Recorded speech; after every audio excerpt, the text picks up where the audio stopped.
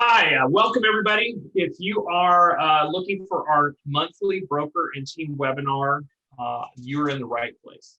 So this month we're going to be talking about sphere marketing, and we have a special guest this month that I'll introduce shortly. I am expecting, I just got a message from Dean. I know many of you have been on these with Dean and I. Dean is running a little bit behind on a prior engagement, so he'll join us any minute now. But we know how valuable your time is, and we like to start on time and end on time. So we thought we would go ahead and get going. First thing, as I want to introduce our guest today, is Jonathan Kauffmann, who is the founder of Nest Realty. And Jonathan and I go back a long way. We've known each other since my days back in independent brokerage. So I just wanted to say, first of all, delighted to have you on, and we're so glad to be able to, have you come on and share with our group a little bit about your sphere marketing, what you've learned from that. And looks like, Dean, you're here. So welcome, Dean. Thank you. Sorry I'm a minute late there. Jonathan, good to see you, my friend. Good to see y'all. Yeah, so I thought we'd first kick off with a little conversation about, I'm just going to go back into just video mode now, because we'll just have a conversation where, I know, Jonathan, that your sphere marketing program, in my mind, is one of the strongest value propositions that Nest Realty has had since, I'd say, very early on. Besides a strong sense of marketing, the actual program itself, and that in our T3 Fellows broker and team education program, we've worked with you over a number of years to teach people a little bit about how you put your program together. But I'd be curious to hear you talk a little bit about your program and share with the group, a little bit about what it is that you guys do. And then we'll jump into some fundamentals from Sure. the Fellows experience. Yeah, glad to talk about it. It's kind of funny. Everybody reads Inman and hears all the time about technology and do this and do that, and so company raised $500 million, but we all know that our business is repeat and referral business is what we're aiming for, and that's it. That's really the most profitable type of business that you can have as a brokerage and have as a realtor. And so we started a program. It's probably been about 10 years where we started a program where for a while we tried to get our realtors to kind of do it, and we had small groups, and we kind of coached them along to do it themselves and build their lists and design materials and mail it out and things like that. And like everybody's just too busy. We're just too busy. And the stat that I think one of my favorite stats in real estate is that 74% of home buyers and sellers never hear from their realtor again after closing. 20% hear from them occasionally, and 6% hear from them consistently. And so that's something that just kind of really stands out at me. It doesn't matter if you're selling one house a month or 20 houses a month. We all get really busy. So we just decided as a firm to really develop a program. The name of my firm is Nest Realty. We call it Friends of Nest. And basically it's a sphere marketing program that we run on behalf of our agents, where 8 times a year we send out direct mail pieces that are very personalized and curated. We're big on design, very well designed, and we send them out on behalf of our realtors, really, from our realtors. And we pitch to our realtors that it's over the course of the year they can send direct mail out to their sphere for about 75 to 90 minutes a year is really all the work they have to do. And other than that, we take care of the rest. So that's the kind of super high level perspective on it.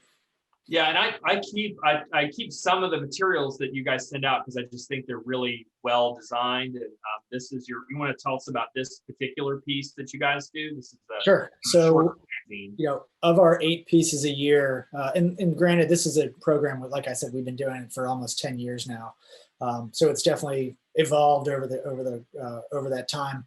But we do, of our 8 pieces, we do 2 magazines. We actually produce in-house and magazine, all the content, photography, everything we design, we do. So we do 2 magazines, 2 market reports, and the piece that Jack just showed was our spring 2021 magazine. So 2 magazines, 2 market reports, and then some, pieces that are more geared towards certain times of the year. So a spring mailer, a summer mailer, a holiday mailer, and a couple other things in there. But the magazine obviously is it's a big production. We've got a team of content folks and designers that are working on that, and we do it twice a year. So it's a big undertaking, but we also have a distribution list of over 30,000 clients from our realtors. So it helps defray the cost of producing a 52 or 56 page magazine.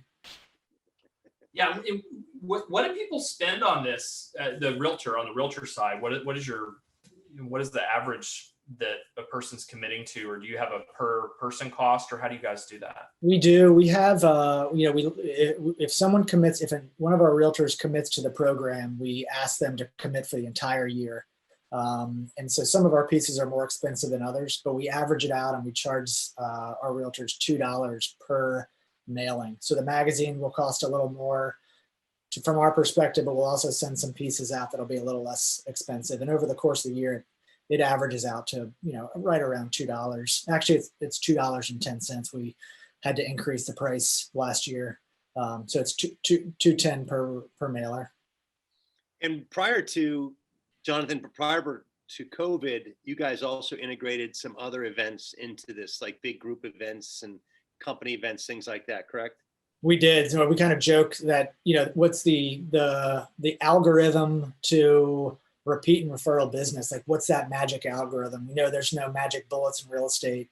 And the magic algorithm, we say, is, at the baseline, you as a realtor, we have to be competent. We have to do it. And that's probably setting the bar too low. And so these are the 3 C's that we talk about. So you need to be competent. You need to do a really good job for your client. The second is you have to communicate with them. And this is the Friends of Nest piece, that 8 times a year at minimum. We encourage our realtors to communicate much more than this, but 8 times a year that they can touch their clients through our Sphere marketing program. And the third is community. And so from a community perspective, we do community events. And obviously, the last year has kind of a little bit of a a little bit is an understatement, a little bit of a curveball that we've had, that we used to do some pretty big client appreciation events and different events within our communities where we operate. So you take those 3 C's of, if you're competent and you do a really good job as a realtor, if you communicate with your clients and you build a community kind of around your business, that's the kind of what we call the magic algorithm for repeat and referral business. Mm-hmm. Yeah, you guys do. I'm sorry, Dean. Go ahead and go. I've got a follow-up question. I've never asked. No, I was just curious on the community events. I'm just thinking, because one of the things we're talking about with the clients is that things are starting to open up in different parts of the country. What's your guys thinking right now for those community events, those things like that? Where are you? Are you starting to think and put these things maybe in planning phase, and you're looking to roll some things out later in the fall? We are, and so I'll pick.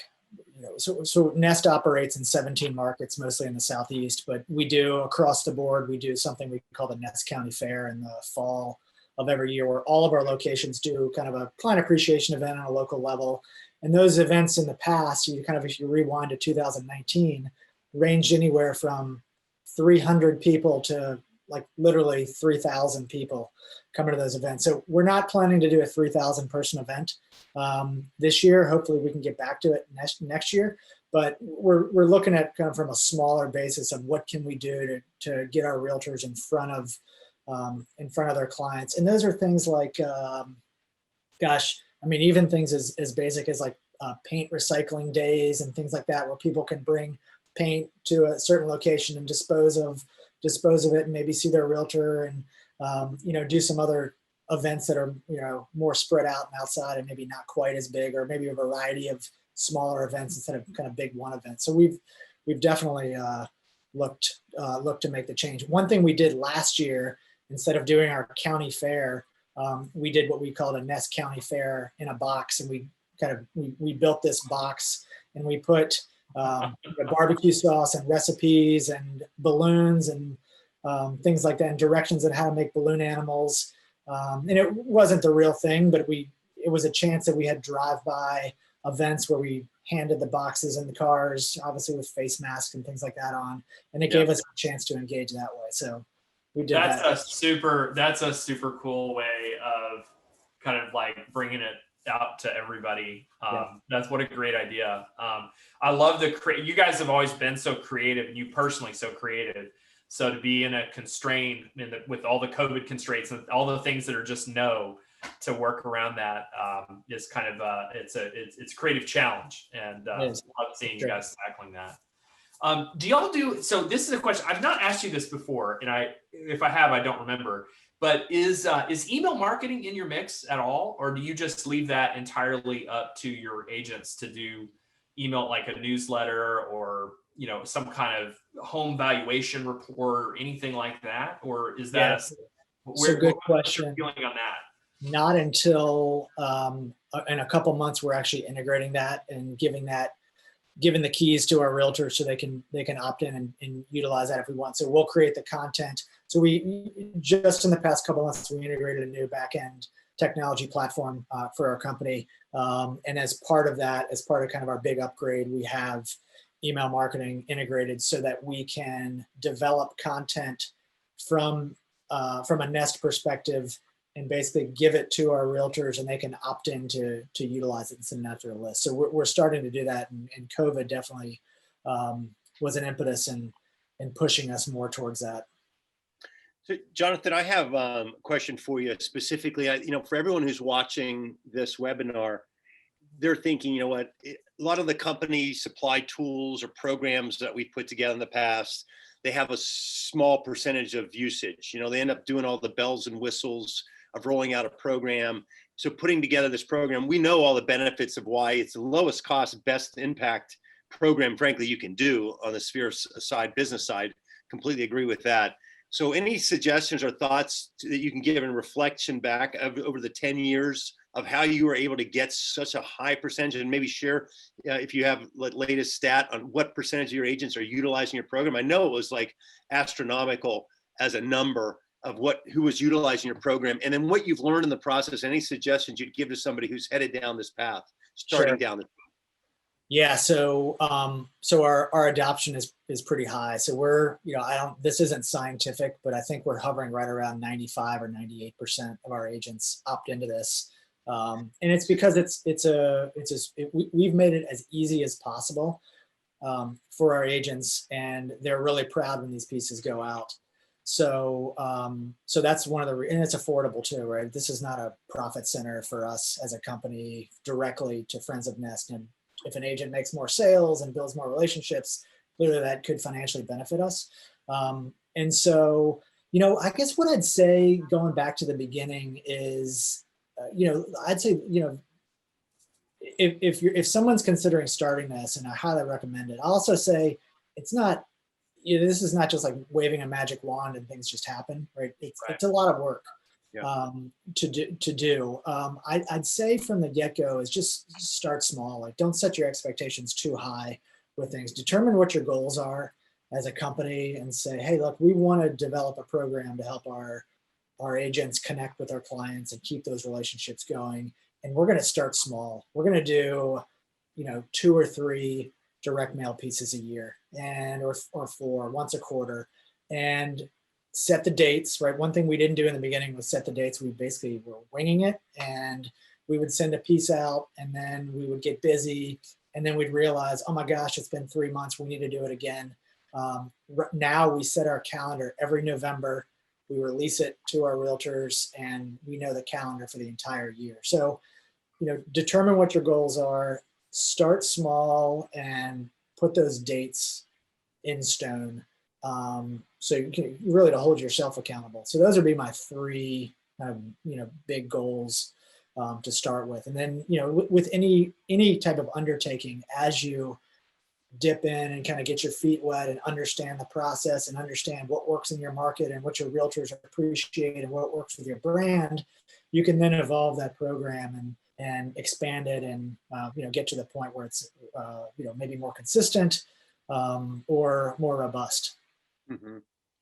And do you bill them annually? Do you bill them every month when the 8 months when you do the outreach? I mean, how does logistics work? We do. So this is another thing we've evolved with. We used to bill within a couple weeks of each mailing piece, and then basically put it on their agent bill. But when you're sending out 30,000 plus pieces, it can get pretty expensive. So we've actually require somebody when they join to put their credit card on file. And depending on the time, it's within 3 or 5 days after the mailing goes out, we actually go through and charge their credit card, and they get a receipt and see it that way. So it just, as we all know, if you're a broker in this call, we're not tech companies, and cash doesn't flow as as free as we would like. So we like to keep those receivables to a minimum. Yeah, I think that's a really smart way to do it. Is you get set up front, so you're not going to get underwater on the back end of sending out a whole bunch of mail for somebody. It's way better. I've been watching your program for years, and I think the thing about it, and what we coach other brokers or large sales teams that do this kind of stuff, is that the quality comes first in terms of to get people to adopt something, they have to really feel like it's really good quality. And I think you hear people say, well, sending something is better than sending nothing. But I think I disagree with that based on the success I've seen your program have, where you had such high adoption of it. And so I think that might apply on an individual basis. Maybe an agent is better off sending something rather than nothing. But as a broker, as a leader, I think you have to build a quality program. And I loved what you just said about, pick targets that you can fulfill. I think some people get super ambitious and they're like, oh, we're going to send something every month, or it's going to be, it's like, no, just what are you going to do in the next 60 days? like let's make it bite-sized and something that you can do that is good quality, that an agent would be happy for their client to receive. And I remember you guys do the cutest things for Christmas. One year you sent a little penguin that was flat packed, and you folded it out, and it sat there and had a little sign that said Happy Holidays from Nest. And it was super cute. It sat on my shelf until basically it fell apart. It was no longer functional. But the kids thought it was cute. So you do that quality piece where I'm like, oh, that's a memorable thing. It's a nice thing. It's something a little unexpected to get from your realtor if you're on the client side. So yeah, I would piggyback on and say that the quality for us is a huge piece. And so if you're planning to do this and you want to do 1 or 2 or 3 of these to start with, focus on quality, something that stands out. Even though there's not as much competition in your mailbox as there is in your inbox, we're still competing for time and time out there. So, I joke, and this is what I say all the time, is like, grandma's banana bread recipe from a realtor just doesn't make me want to hire somebody and pay them a lot of money to list my house or help me buy a house. So what can you do to really, and everybody's got a different brand and what your brand stands for. What can you do to kind of build off your brand? And from our brand, quality and creativity and strong marketing is a big component of who we are. So we want to infuse that into our direct mail pieces. If you are a company that is just kind of, super luxury or super high end, and you want to pay attention to that, or if you're hyper local and you really want to focus on local, then maybe that's the avenue that you can take and go after. So yeah, I'd agree with the quality component of it. Yeah, I receive realtor marketing just like everybody else does, right? And the ones that stick out for me, she happens to be our realtor, but she does a good job, and the company she's with is an independent company here in Austin, does a great job. And they send a jumbo size color, slick postcard, and I get one every month, and it's just like, it's different. I get some little 4x6s and some other kind of obviously much less expensive pieces of mail, but the one I hold on to is that big jumbo one, because it's a nice piece. It has a lot of information on it, because you got a nice big postcard to work with that contains some market stats or some recent sales. So it's just, you got a bigger palette with that jumbo size, and it sticks out in the mail. It's like when you pick up your mail itself, it's like, oh, there's this big card. You're not going to ignore that big card. You might ignore the little one, but the big one really sticks with you. So speaking to quality and standing out. So, well, super, super awesome for you to share a little bit, Jonathan. We're going to do a little thin layer of education on today for a few of the people that have joined us many times. This is what Jonathan is doing, and what a lot of our brokers are doing, that are working with us or have been with us is they're focusing on supporting particular ways that agents do business. And we have a whole talk we give on this about the 4 different ways that agents make money.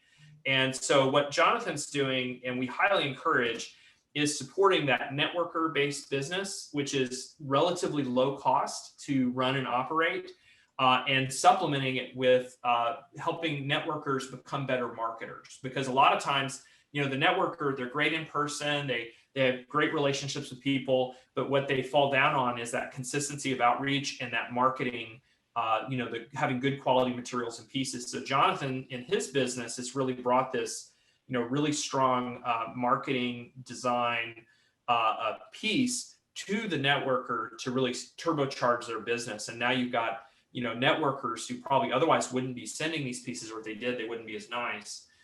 Now they are playing the domain of the marketer, which opens them up to more contact, more people that they can stay in touch with, and more repeat and referral business. So that's one component. The pieces that we talk about for brokers is you want to establish this core program. When you're doing sphere marketing, you want something that's cost effective, consistent, and scalable. So where, and Jonathan said exactly that. He's like, we get about $2 per piece. We do it 8 times a year. It's not something that breaks our team when they do it. It's big work, but they've designed it and they have a whole calendar. So he's doing exactly that. And he did that on his own. We didn't tell him to do that. So I just think bright minds come up with the same solutions, and then a mix of things, print, email, social, events, to create some different touch points for different kinds of people is important. And some people don't read their email.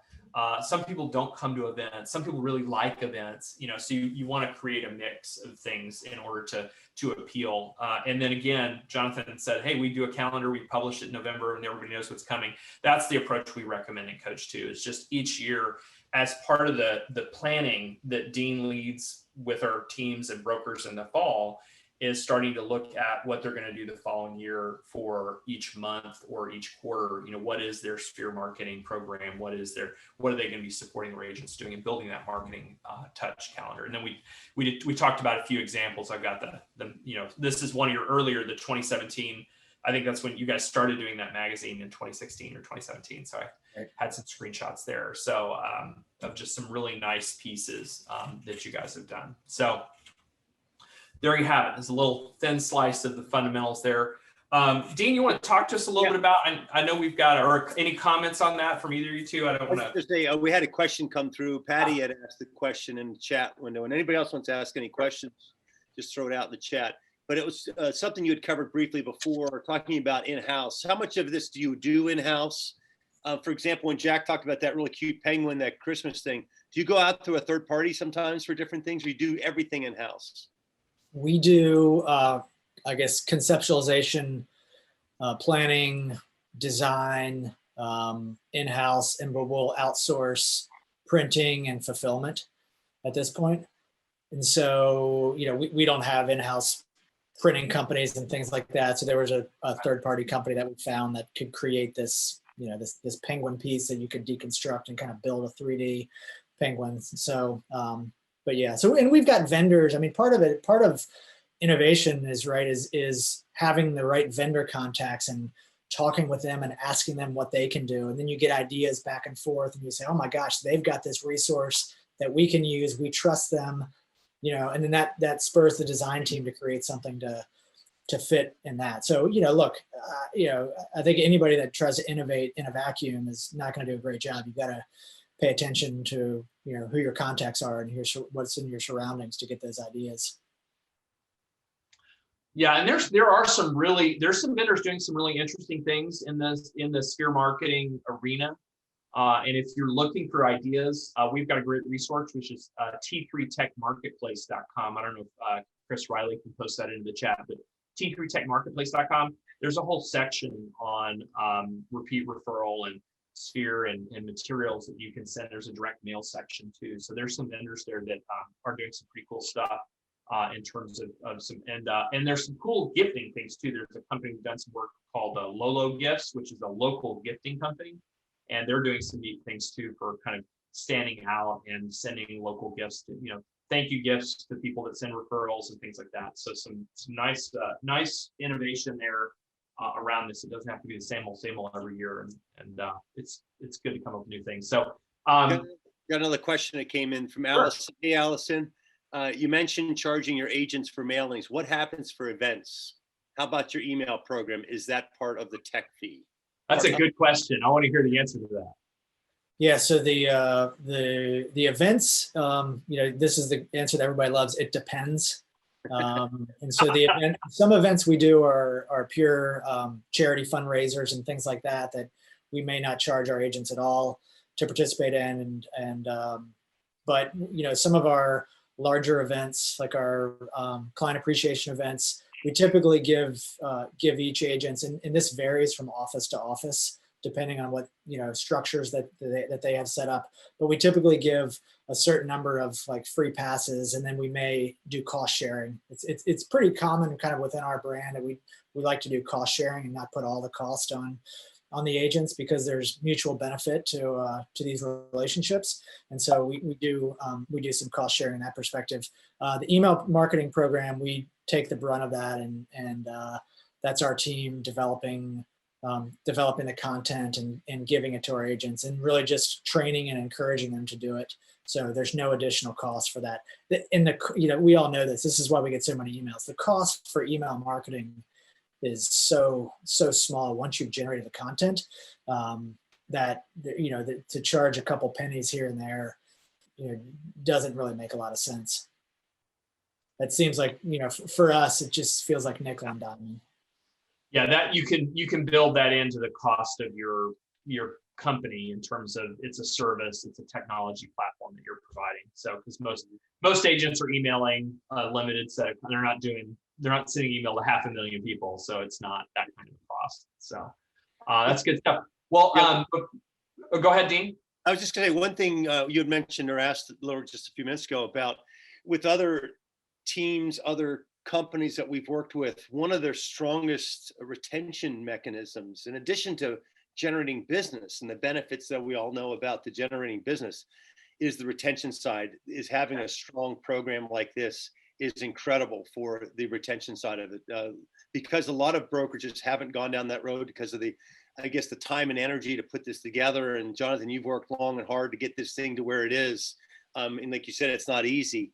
But that hard work has really created a magnet for both agents in a marketplace and to retain the agents that you currently have. It's a very, very strong magnet to retain and recruit. Agreed. Yeah, definitely. Cool.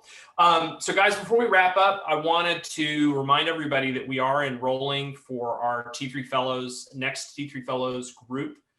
So Dean, we've got some people that have already started in terms of doing their discovery work and getting on with the group. This is a group we've created to help produce leaders who can fulfill their vision for their business. And so it is a structured program that we run twice a year for small groups, usually 7 to 10 brokers or team leaders in the group. We execute it as a monthly program. There's structured work that you do on your business in each program. There's some small group work as well. You get to know a lot of other business owners very intimately who are also building their real estate business in different parts of the country. And we do individual consulting in the program as well. And everything Sphere Marketing, we spend a full month on this program to help you develop and put in place your Sphere Marketing program. If you want to learn more about that, go to t3fellows.com. There's a lot of information about the program there.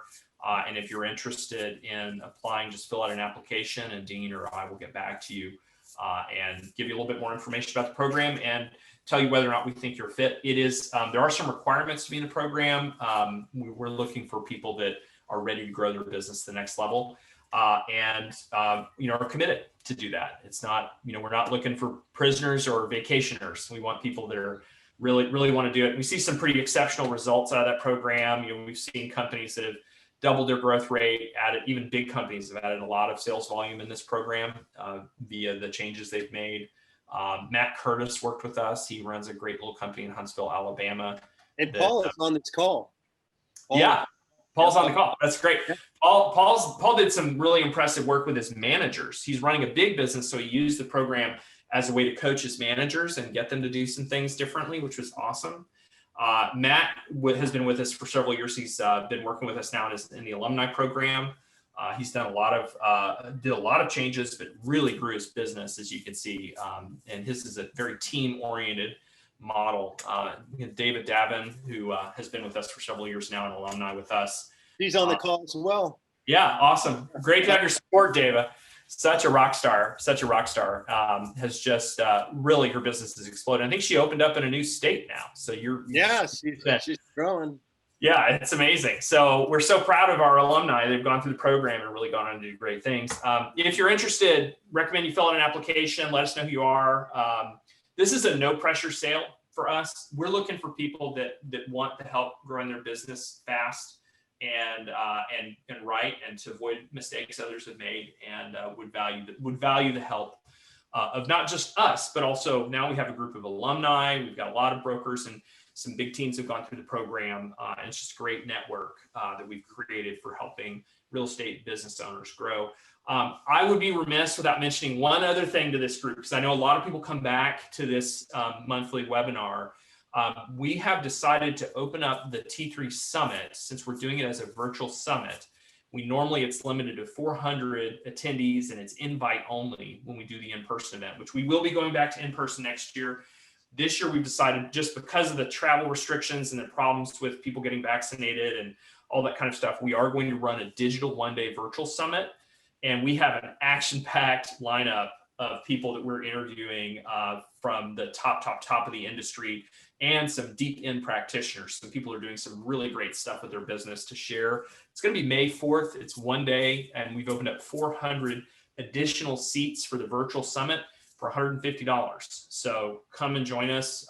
Look out in your email for that notice. That'll be coming out probably tomorrow as an invitation. We're not sending it to everybody. It's really just to the people that are, following us, coming to events like these, that have been involved with us in some way or the other. But we'd love to have you join us. It's a rare opportunity. We've got some people that we're going to be in studio with and interviewing that are leading the industry, or doing really some impressive stuff. So definitely look for that. The program is online at t3summit.com. So if you want to go check it out, go to t3summit.com. It's all there.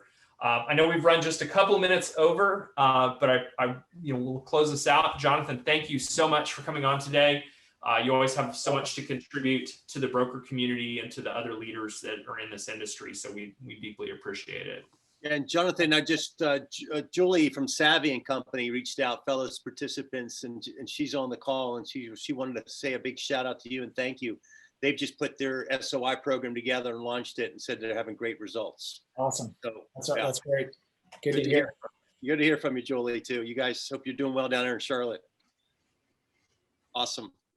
Thanks, everybody. We look forward to seeing you again next month, and we'll talk to you soon. Everybody have a great rest of your week. Thanks, Jonathan, again. See you, everybody. Bye now. Bye-bye.